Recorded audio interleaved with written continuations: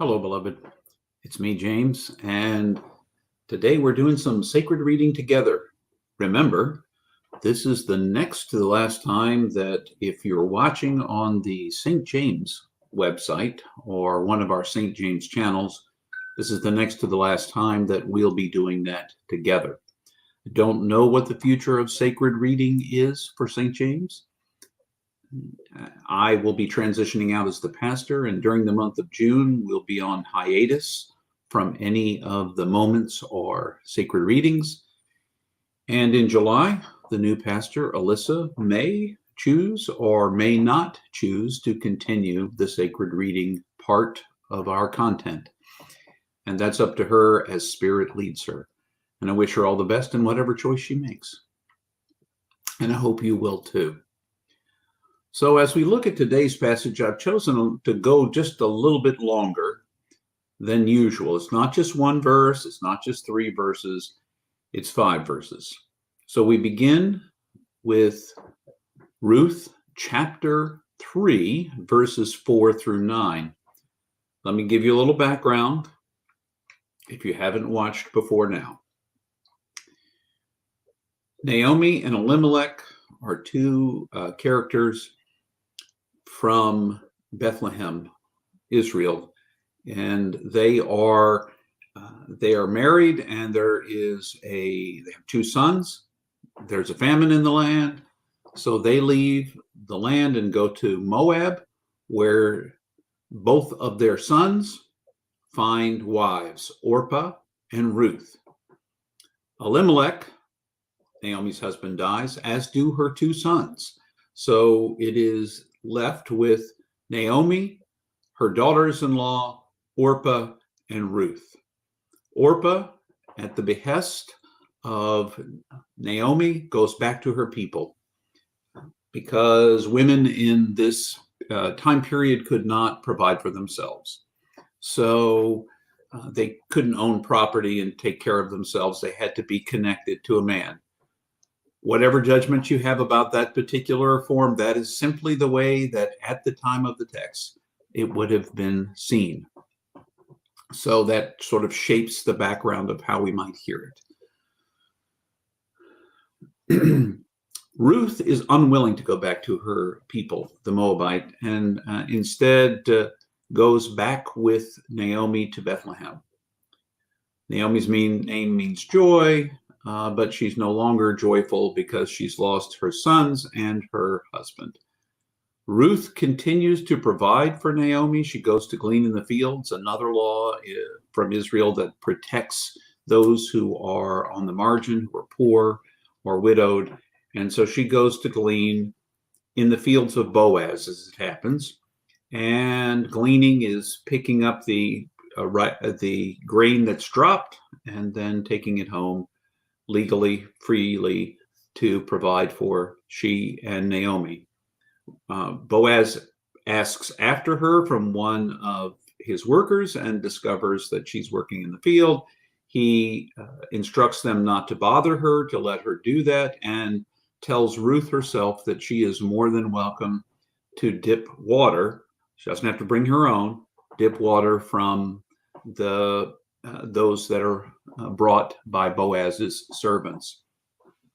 And one afternoon, he provides a lunch meal of roasted grain, and she takes the leftovers home, thus providing for both herself and Naomi, the 2 of them.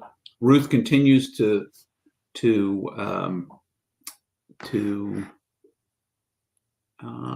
glean and provide for Naomi day after day. Eventually, Naomi asks about this, and Ruth says who it is, and Naomi said, "Isn't this great? This is our kinsman redeemer, someone to whom we could attach ourselves to, who would provide for us as women."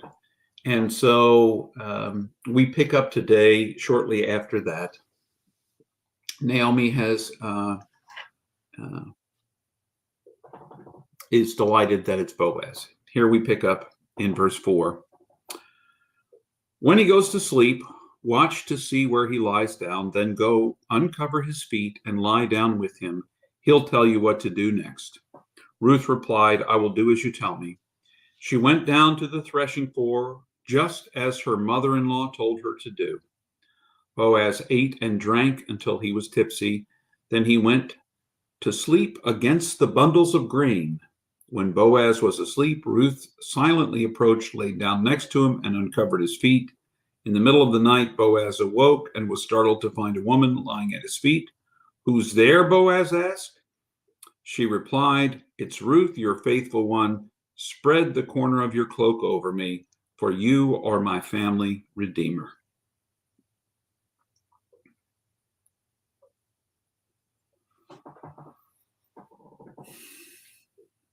I only read it once. If you do sacred reading on your own, I encourage you to read it 3 times, to do it aloud, just as I did it.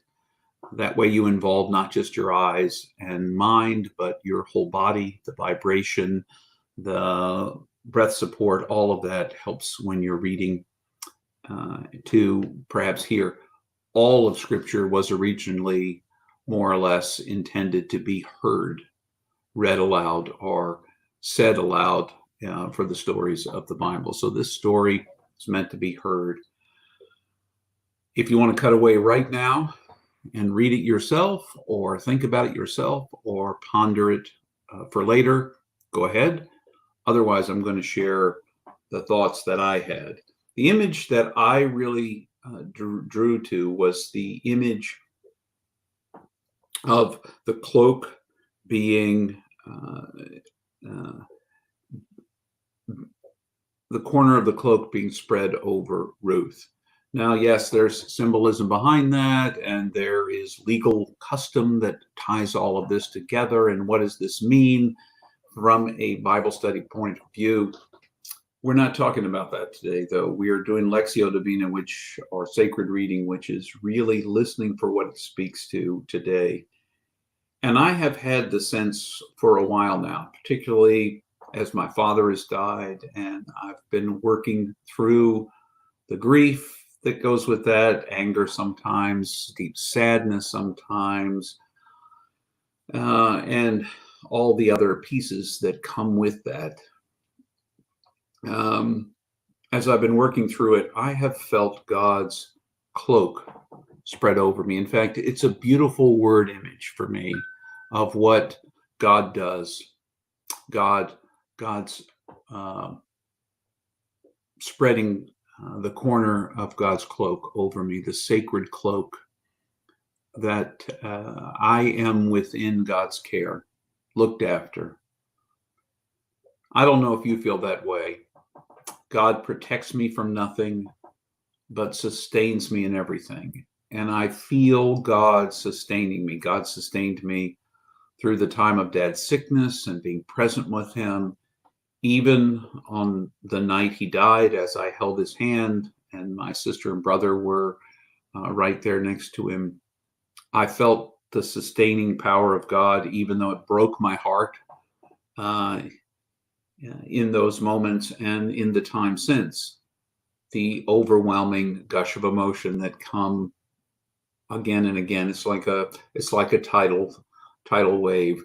The water goes out and it seems okay, and then all over me. But through it all, I have felt sustained, and God's cloak over me, surrounding me, holding me up through this difficult time. I don't know if you heard a different image, and of course I invite you to share it if you did or do and want to. But I feel that kind of presence of God, and I was reminded of it today as I read that passage aloud to you.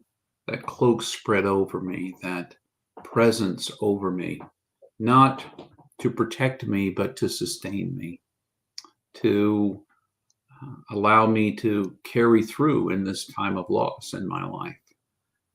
The changes going through my life, even now, I'm aware of God's presence in it all, like a cloak spread over me. So perhaps that has meaning for you.